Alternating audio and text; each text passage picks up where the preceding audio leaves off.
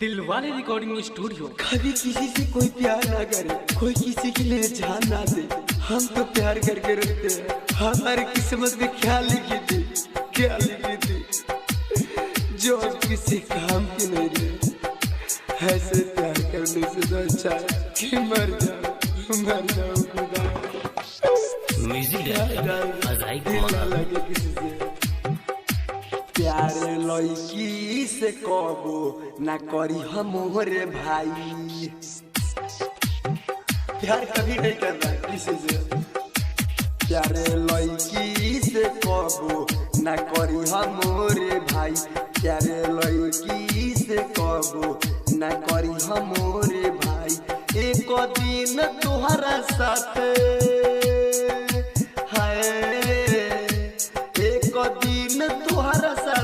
करी जाई बेवफाई। प्यार लड़की से कबो ना करी हमरे भाई।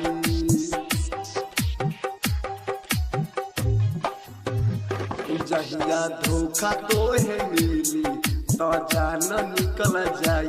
जहिया धोखा तोहे मिली तो जान निकल जाई। एक दिन तोहरा साथ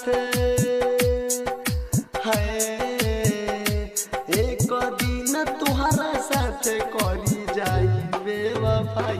प्यारे लड़की से कबो ना करी हमरे भाई।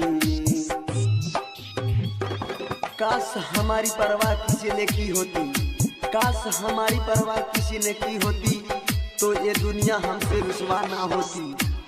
अगर आका आप जैसा मुस्कुराना हमें तो हमसे भी किसी ने मोहब्बत की होती।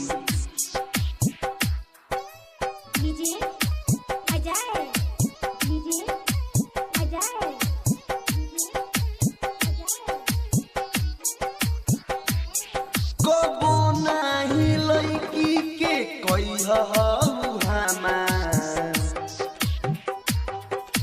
कभी नहीं किसी का। कलयुग हवे ना साथ दी तोहार। एक दिन दिल पे चला जीता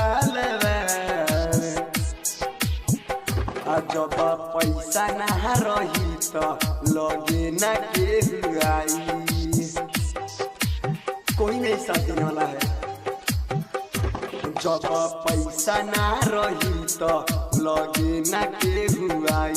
एक दिन तोहरा साथ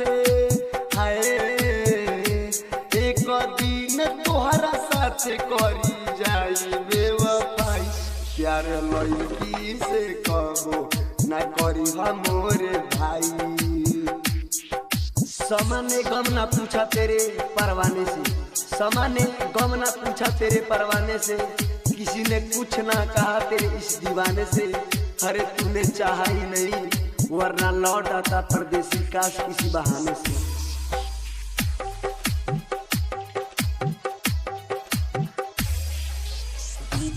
टूट जाते हैं रिश्ते गरीबी में जो खास होते हैं। टूट जाते हैं रिश्ते गरीबी में जो खास होते हैं। दुश्मन दोस्त बन जाते हैं जब पैसे पास होते हैं। बड़ा गरीब से तू तो प्यार नहीं मिली। हर नहीं मिलने वाला पैसा तो प्यार भी कोता। पैसा प्यार मिली कबो नहीं पत्थर पर फूल भाई खिली। राइटर संदीप संगतिया लिखता सच्चाई। क्या बताया सनी दिलवाले अपन कहता सच्चाई। एक दिन तोहरा साथ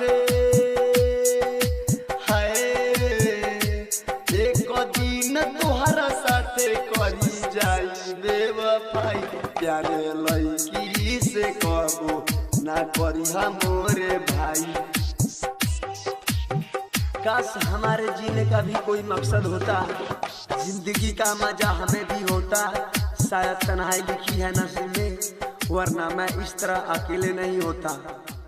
दिलवाले रिकॉर्डिंग स्टूडियो।